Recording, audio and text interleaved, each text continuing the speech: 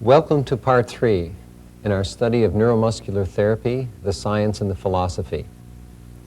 In this segment, we will examine the awesome potential of neuromuscular therapy and various forms of body work in breaking physiopathological reflex arcs.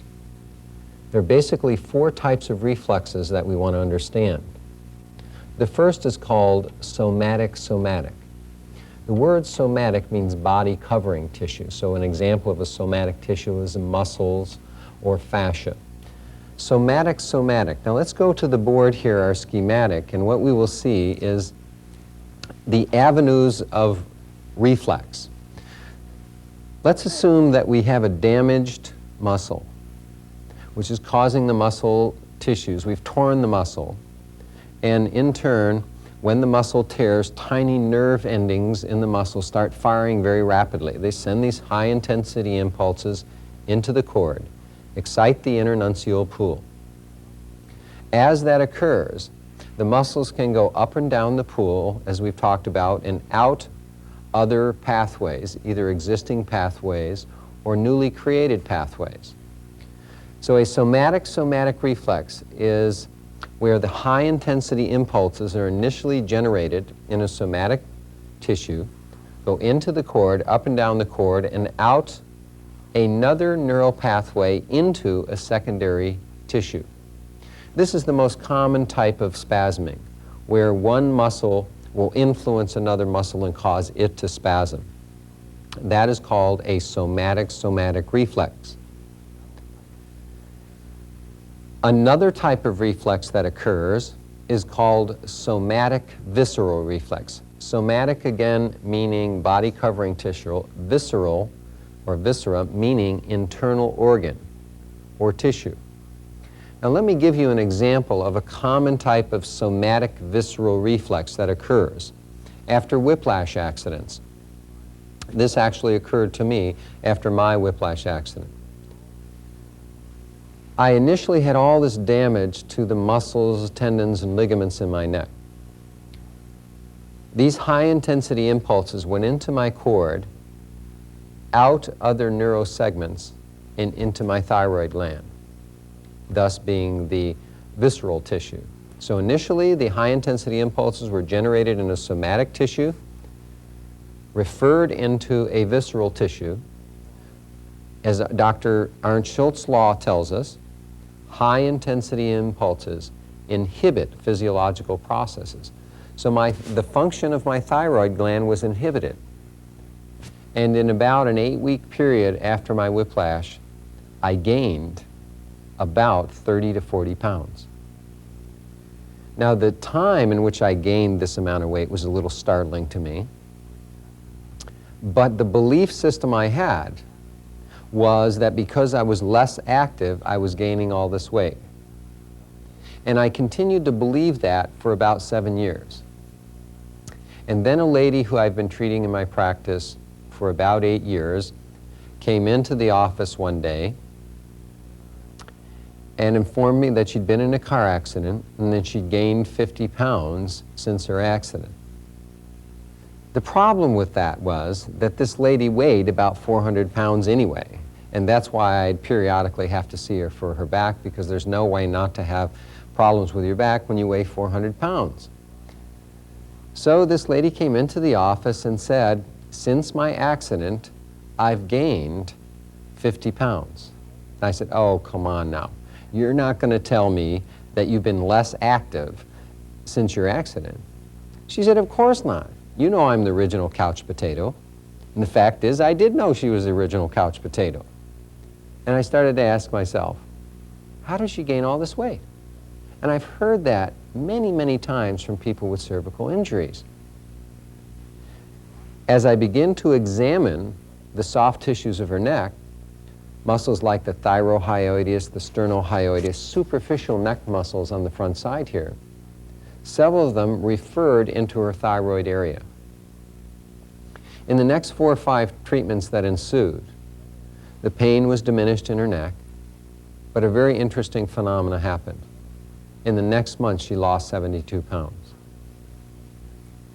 What had happened is that the high-intensity impulses from her somatic tissues, her musculature, had fired into her cord, gone out into her thyroid gland, and depressed it. That's called a somatic visceral reflex, and it's very common. And generally, we don't think in those terms. Let me give you another example that's very common in low back pain. Have you ever noticed how sweet people are who have chronic low back pain? They have these nice temperaments. Of course they don't. You say hi to them, they were about ready to bite your head off. Why is that? Well, what happens is they develop trigger points, areas of high intensity impulses in various low back muscles such as the erector spinae. A common one is the posterior serratus inferior or the multifidus that fire into their adrenal glands. Again, a somatic visceral reflex. The result being that it suppresses the functioning, the physiological functioning of their adrenal glands. The function of the adrenal glands is to allow us to cope with stress. So they have dramatically diminished abilities to cope with stress. And they start kicking the dog and, biting the newspaper person and things like that. I'm sure you've experienced this if you know anybody with chronic low back pain. Let's talk about another reflex that most of you ladies experience or have experienced, and maybe some of you experience a lot, about every 28 days. It's called a visceral somatic reflex. This is where high-intensity impulses are generated initially in a visceral organ. In this case, it is called the uterus.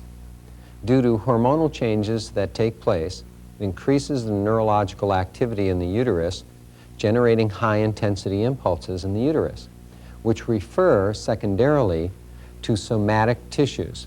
Namely, ladies, that's right, the low back muscles and the superficial abdominal muscles, the rectus abdominis. That's an example of a visceral somatic reflex. Another common visceral somatic reflex occurs in men when the prostate becomes neurologically active and irritated and sends secondary impulses into the low back muscles, which is a common referred pain zone with men who have prostate problems. Again, this is called a visceral somatic reflex. The fourth type of reflex that we need to examine is called a visceral reflex. This is where high-intensity impulses are generated in a visceral tissue that refer into another visceral tissue. Common areas of exchange occur in the thyroid with the parathyroid, with the kidneys to the adrenal glands, and vice versa, in the intestinal system to the stomach, and the stomach to the intestinal system. These impulses are called visceral. So let's review these impulses. The first we talked about was somatic reflex, one connective tissue or body covering tissue referring into another. The second we talked about was somatic visceral, where a body covering tissue disrupted the physiology of a somatic tissue or internal organ. So a muscular tissue having the ability to disrupt the function and create pathology in an internal organ. The third reflex we talked about was visceral somatic, where an internal organ can disrupt the physiology of a body covering tissue, like a muscle. And the fourth was visceral, where one organ can influence the performance of another organ. You see that rather dramatically in surgery. For example, a person's gallbladder is disrupting the function of their liver or their intestinal system or making them sick. You can have teeth that influence the entire performance of the body. These reflexes occur all the time. Yet the part of the reflexes that receive very little, publicity is the role of soft tissues in disrupting or creating pain patterns in internal organs. Once we understand that these reflexes do exist and that soft tissues have the ability to influence influence the performance of internal organs, and vice versa, we can see the potential of trigger points inside muscles as they can fire into and disrupt the physiology of internal organs. It means that literally, and what should happen in the future when this work is widely understood, is that anyone who is in a state of dis-ease, not being at ease, should have associated soft tissue examinations. And we think that this will occur in the future. It must occur. It will cause a transformation in the healthcare system of the United States, indeed the world. The next part of our program that we want to look at is the role of pain thresholds. This is an area that seems to boggle the mind of insurance companies. If you're a healthcare practitioner and you're treating someone who's in pain, it won't be very long before you get a flyer from them wanting to know when Mrs. Smith is no longer going to be seen anymore, when she's going to be completely free of her pain, and they don't have to spend one more dime on her. But unfortunately, pain and pain thresholds is not a simplistic mechanism.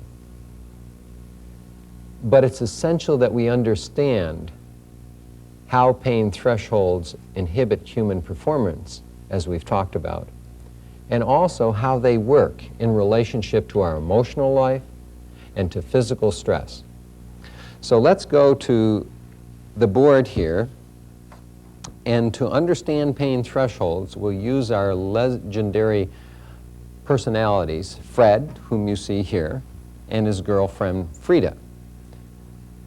Now, Fred and Frida have been going together for about 2 years. In order to understand something about Fred's relationship with Frida and also Fred's pain mechanisms, we have to understand that pain mechanisms and pain thresholds are determined by the rate at which nerve receptors fire, by our genetic capacity, and certain physiological functionings going on in our body. So we're going to use some arbitrary numbers to explain what normal tonus is. That is, what the normal amount of constriction determined by our brainwave pattern coming from our brain down into our cord, out into our body, that gives us form and structure. And that's called tonus. So our normal tonus might be modulated by 70 milliampere seconds per second. That means in a given set of time, we're going to experience 70 milliamperes of current going through our body, and this will represent what our normal tonus is. So 70 milliampere seconds per second equals normal tonus for our buddy Fred here. Now, what Fred's pain threshold is 90 milliampere seconds per second. And this is an all-or-nothing mechanism. The moment that Fred's nervous system fires at a rate of 90 milliampere seconds per second, he will start to experience pain. If his nerve receptors are firing at a rate of 88 or 89 milliampere seconds per second, no pain. But once the intensity of impulses goes over his pain threshold, Fred will start to experience pain. Now let's look at Fred's previous history. When Fred was 12 years old, he had a vicious soapbox derby accident, which left him with a very sore neck, and he experienced a clinical whiplash. Now, Mom did her usual Bengay and hot water bottle routine, and after several weeks, the pain went away. But what it left his left levator scapula firing at, in terms of intensity of impulses, is 82 milliampere seconds per second.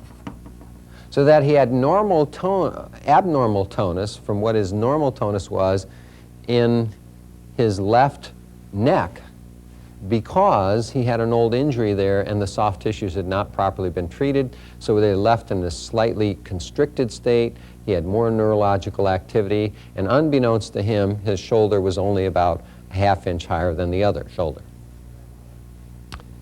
Then when Fred was in the Boy Scouts at age 16, he fell out of a tree, fell on his low back and hurt a muscle in his low back called the quadratus lumborum on his right side. And that's a little more serious, and anytime he gets under stress, he starts experiencing some tightness in his low back. And it left his quadratus lumborum in his low back firing at a rate of 85 milliampere seconds per second.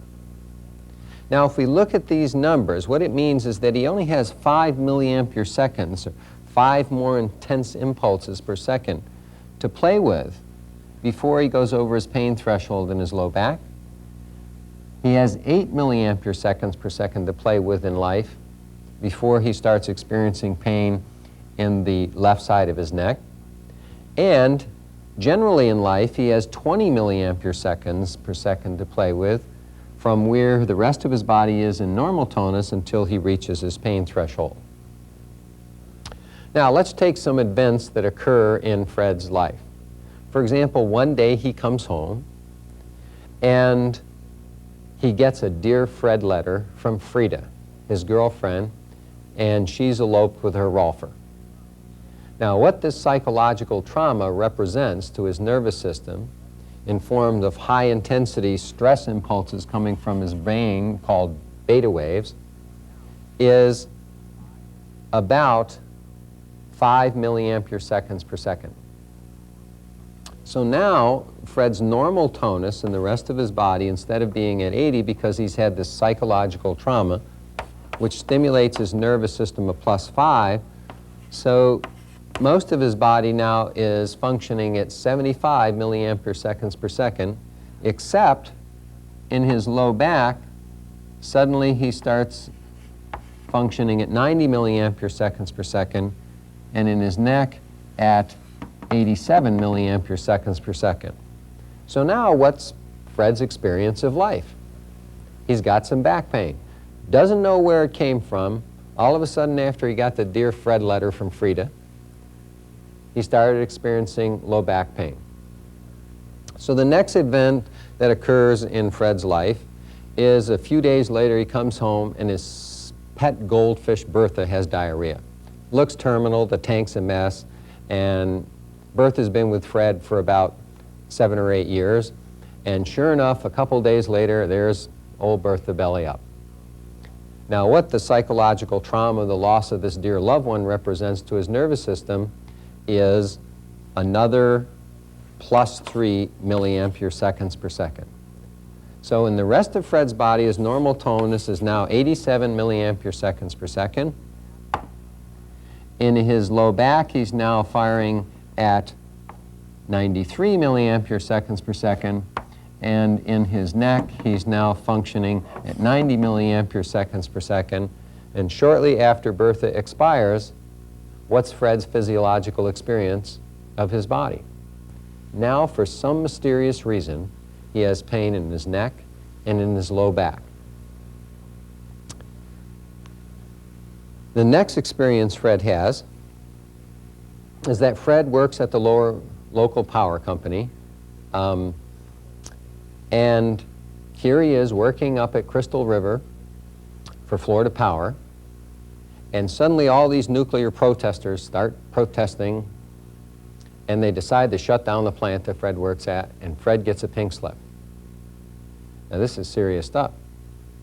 This represents to his nervous system, because now there's financial stress, his security is threatened. So this represents another +5 to his nervous system. So now he's functioning at 83 milliampere seconds per second in the rest of his nervous system. In his low back, he's functioning at 98 milliampere seconds per second. And in his neck, he's functioning at 95 milliampere seconds per second. So after Fred gets his pink slip, what he experiences is a great deal of pain in his low back, a great deal of pain in his neck, and the rest of his back starts feeling stiffer and tighter, but no pain. It just is more constricted and he's less flexible. Now the next thing that happens to old Fred is it's been a tough week. So it's Friday night, and he decides to go out with the boys and just have a good time. So he gets with the guys and he runs over to the local watering hole and has a great time. It rains out. He pulls up in his new shiny red Porsche Carrera, gets out, goes in, and has a few too many. Comes out of the local watering hole feeling no pain, a little anesthetized, jumps into his new shiny red Porsche Carrera, takes off in the heat of the night, skids on some of the wet roads, and slides into a fire hydrant in his new shiny red Porsche Carrera. Now he has a little physical trauma, little slight whiplash, but also he gets out and he's dented in the front fender and light in his new Porsche Carrera. Now what do you think that's worth to his nervous system? Probably more than Frida, huh? That's right. So that combination of physical trauma and the denting of his new Porsche represents, let's be realistic here and say a plus 7 to his nervous system. Physical trauma now. Plus more financial stress. I mean, it's a little fender bender on his Porsche, only about $8,000 worth of damage. So now his normal tonus is, in the rest of his body, is 90 milliampere seconds per second. In his low back, he's functioning at 105 milliampere seconds per second, and in his neck, he's functioning at 102 milliampere seconds per second. Now what's Fred's physiological experience? Well, suddenly, he has a great deal of pain in his neck, a great deal of pain in his low back, and the rest of his body is now in pain. Everything hurts. Suddenly, Fred is in the law of generalization. There's high-intensity impulses going up and down his spine. It's referring into his brain stem. Fred is no longer the happy-go-lucky guy that he used to be, and life is miserable. So the first thing he does is he calls up Martha, and he hears that Martha's been taking this course in pain relief called neuromuscular therapy, and he calls her up and says, "Martha, I need a treatment." He says, "I know that it's late Friday night." He said, "But I was just in a car accident. I feel bad all over." And out of the goodness of her heart, Martha says, "Okay, Fred, come over to my therapy office in the morning and I'll give you a treatment." So Fred arrives in the morning, promptly at 9 o'clock, on his new shiny blue Schwinn, pulls up, comes in for therapy, and has a neuromuscular treatment, which releases the tension in his muscles, calms down his nervous system, about 6 milliampere seconds per second. So what the therapy treatment is it lowers the rate at which his nerve receptors fire, diminishes it. So now Fred's functioning in his low back at a rate of 99 milliampere seconds per second. In his neck, he's functioning now at 90, let's see, what did we say with Fred? The treatment is worth 6 milliampere seconds per second. Is that what we said? So now he's functioning at 96 milliampere seconds per second in his low back, and the rest of his body is now functioning at 84 milliampere seconds per second, because the therapy diminished the rate at which his nerve receptors fire at a rate of 6 milliampere seconds per second. So after his first treatment with Martha, what he notices is that he still has pain in his neck, but it's less. It's not as intense. He still has pain in his low back, but it is also less. But it's still nothing you'd want to live with. And suddenly, for some reason, the pain in the rest of his body's gone. So he leaves Martha. He said, "Boy, what a therapist." So he makes a series of treatments, as well he should, and he jumps on his new Schwinn, and he starts to go home. And as he goes home, he rides by the temple and he realizes that it's been about 2 years since he's been to the temple. As a matter of fact, the exact amount of time that he's been going with Frida. So he decides, boy, he better go in and see what's going on. So he goes in, and sure enough, the rabbi is really hot. And he's talking about getting your life in order and setting some priorities and having some goals, something Fred hasn't been doing for a few years. And just the inspiration that he gets from this speech in terms of excreting well-being hormones like epinephrine, he just walks out and he feels better. And what the inspiration represents to his nervous system that he gets in the sermon is worth to his nervous system another minus 7 milliampere seconds per second. So as he walks out, what's the condition of his body? Well, his general tonus is now down to 77 milliampere seconds per second. In his low back, it's down to 92 milliampere seconds per second, and in his low back, it's down to 89 milliampere seconds per second, excuse me, in his neck. Fred walks out of the temple, and he notices what? That the pain in his neck is gone. And he goes, oh my God, a faith healing. So while he was in the temple, he happened to meet Margaret. And they talked during the sermon, and they were talking about what the rabbi had to say. And as he comes out, he says to Margaret, Margaret, you won't believe this, but I've had this intense pain in my neck and back and all my body. I went to a therapist this morning. The pain's gone in my body, but my neck is gone. She said, well, Fred, that's exciting. He goes, yeah, I said, and they hit it off. So they decide they're going to have dinner. So Fred talks her into picking him up because he's only got the Schwinn now. So he picks it up and he goes out to dinner, and Margaret's in one of these people where she's really into health. So she takes Fred to a nice restaurant that has high-quality vegetables. It has well-made pasta, a lot of lightly steamed vegetables. And over dinner, they have a wonderful time, and Fred has about the first good meal he's had in years. I mean, Fred's been existing on Coors and nachos for about the last 10 years of his life. And so suddenly he has this tremendous meal. It's probably the first good meal since mother's milk. And what that increased nutrition represents to Fred's nervous system is a +5 milliampere seconds per second.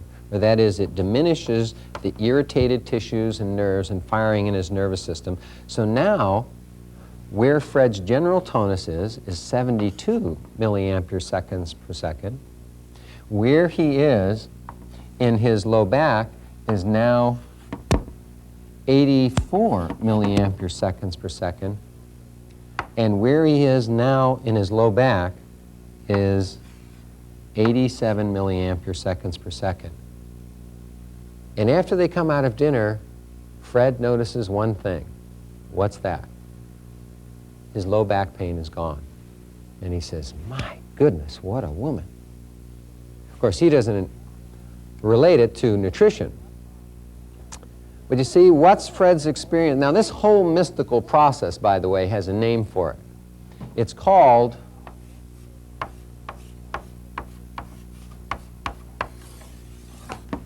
life. And that's how life works. The truth is that everything we think, everything we experience in life, stresses, whether they be positive or negative, have an effect on our nervous system.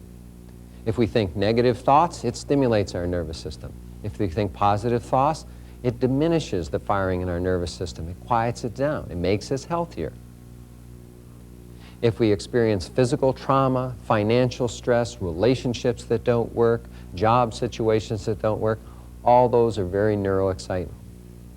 Understanding how pain thresholds work gives us a valuable insight to understand why some people can be in a car accident in a little fender bender, and their friendly Allstate man will come over and see this little fender bender, and the person will say, oh, I've got all this pain in my body. And what do they think? They think you're a malingerer. They think you're faking it. But some people live their life around 88 milliampere seconds per second. And how much stress and neurostimulation do they have to play with? A +2. They get in an argument with a friend. All of a sudden they're in 91, they're in pain. And yet there can be a person who's in a tremendous car crash, walks away from the car crash, is stiff for a few days. This is a person who lives their life around 70 milliampere seconds per second. The car crash was maybe worth a +15 initially to their nervous system, but still that's not enough to put them over their pain threshold. They're stiff for a few days, they exercise, they eat well, they get enough sleep, they have good relationships, they think positive thoughts, and generally the quality of their life is better. This process, as I said, seems to boggle the mind of insurance companies. So what is important about this process for us to understand is that some people need to be told the truth, and that is if they have relationships that don't work in their life, if they have job situations that don't work in their life, they're constantly living around the pain threshold, they're constantly going to be in pain, out of pain, and the quality of their life is going to be greatly diminished. So I hope that you understand that, and it may actually speak to many of you. Now, understanding pain thresholds then, understanding the reflexes that can diminish internal organ functioning and other soft tissues, we need to ask ourselves, what should be the result of neuromuscular therapy? I mean, what's the bottom line here after we've had therapy? Well, the bottom line and our goal as therapists should be, or any healthcare practitioner for that matter should be, that people should walk away when we're done with our therapy in a state of homeostasis, or as close as we can get it to them. That is, between our nervous system and our musculoskeletal system, there should be balance. People should be opposing gravity efficiently. There should be greatly diminished states of tonus in their body, and they should have good biomechanical processes. What I mean by that is we should not leave people in dysfunctional biomechanical patterns. That is, many people, when they walk like this. They walk and their arms swing like this. As we said earlier, the function of the extremities is to dissipate this physical force called momentum. Many people dissipate momentum very inefficiently. You'll see people who walk keeping their back still because their back pattern, they'll walk like this, kicking their legs. We call them knee kickers. You'll see other people who barely, because of the tension in their neck and shoulders, barely move their arms, and they look like this. They walk very stiff. When they turn their neck, they turn their neck like this. Those are dysfunctional patterns called myotactic units, or movements of units. So the last thing we want to do is look at how people move and look at some dysfunctional biomechanical patterns and see what they look like and become familiar with them and learn how to recognize them. Because some of them that we're going to change with our therapy, and some of them we have to consciously bring to the person's attention, and they have to discipline themselves to move correctly. So in order to do that, what do you say we go to the beach? Notice the correct physiological posture of the woman in the blue bathing suit, her ears positioned over her shoulder. Look at the right arms cutting across the bodies in front of these women. Look at the extreme elevated left shoulder in this young man with both arms internally rotated. This woman's right arm also swings across her body.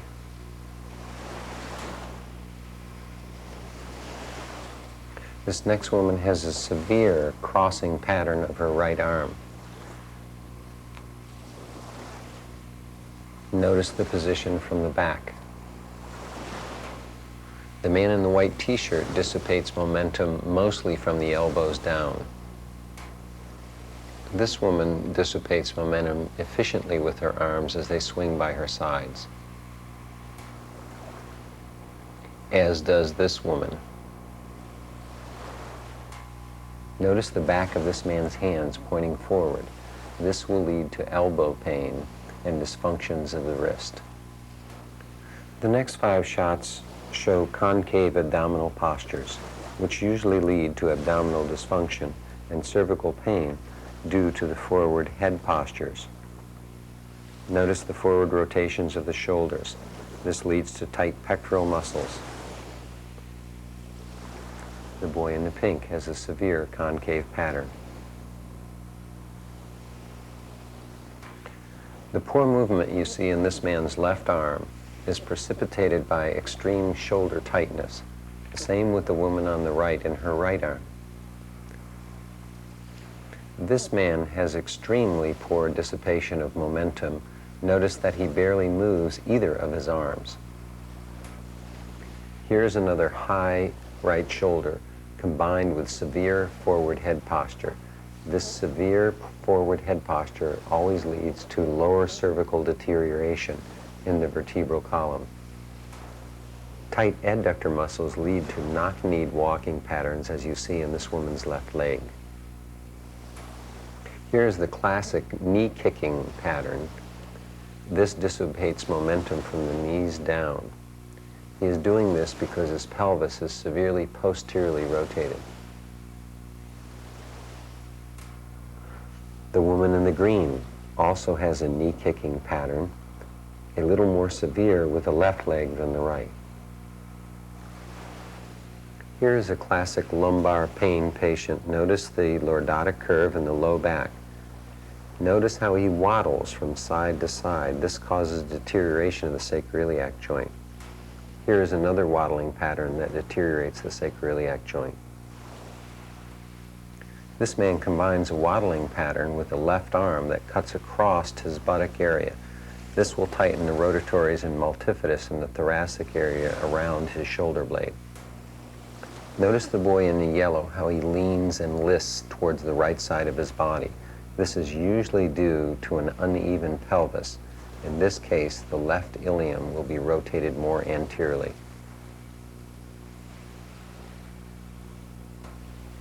As you can see, we have to look long and hard to find correct physiological postures. Our Posture of the Day award goes to this young couple. Notice how efficiently she dissipates momentum with the movement of her arms. Her arms are positioned at her side. Her head is over her shoulders and correct with good leg movement. He also stands erect with good movement of his arms. Wasn't that fascinating? Have to admit, though, it's a little hot. We haven't had any rain for a while. But just going to the beach and observing humanity, you don't have to go to a beach to see that. You can go to any mall in the United States and you'll see patterns similar to what you just observed. And that's the way it is with biomechanics. As a society, we have not been trained to evaluate them, and we have not been trained to look at ourselves in this manner, and we pay a terrible price. What is the effect of moving an arm 10,000 times a day across the body like that, or in these torquing rhodeoscoliotic patterns, which have devastating effects on the discs? It tears apart the material in the disc when we're walking, or forward head postures. Another aspect that we must evaluate as therapists is the proper stages of rehabilitation from injury and dysfunctional patterns like you just observed. As trained neuromuscular therapists, we have been given the skills to rehabilitate people from trauma and dysfunctional biomechanics. The first stage that we're going to look at is the stage of ischemia. The first stage of rehabilitation should be, in our opinion, to remove the hyperconstriction of the tissues, the hyperconstriction and the spasm. In order to do that, you have to have learned precise palpatory skills. So the first thing we need to do is remove hyperconstriction and the spasm. The second phase of rehabilitation is restore flexibility of the tissues. A tissue, once it's ischemic, is physically released by therapy, is weak and not able to stretch and contract to its full or former position before trauma or injury. So then we must make the tissue flexible. Third, we must rebuild its strength because a traumatic injured tissue is weak. Fourth is to restore aerobic conditioning of the tissues. This is especially important when you're working with an athlete. And fifth is to obtain correct biomechanical patterns. So let's review those 5 patterns again. 1, remove the hyperconstriction and spasm. 2nd, restore flexibility of the tissues. 3rd, rebuild strength. 4th, increase cardiovascular endurance. And 5th, restore proper biomechanics. If we rehabilitate people in this stage, there will be very few relapses and very few setbacks in therapy, and people will get better faster. Where we violate this usually in our society is we try to put people on strengthening exercises before their tissues are properly flexible and have been properly relieved of hyperconstriction. And what is their complaint? We must hear 4 or 5 times a week in the clinic, you know, I really tried those machines, I really did, but the more I did it, the more I hurt. That's a result of not rehabilitating people in the proper stages of rehabilitation. So I hope you've learned something about neuromuscular therapy, its philosophy, its application. And if we can be any further service to you, please don't hesitate to contact us at the Clinical Institute for Neuromuscular Therapy here in Largo, Florida. Thanks for spending 3 hours with us. We hope you've enjoyed the process. It's been educational. We enjoyed you. Thank you very much.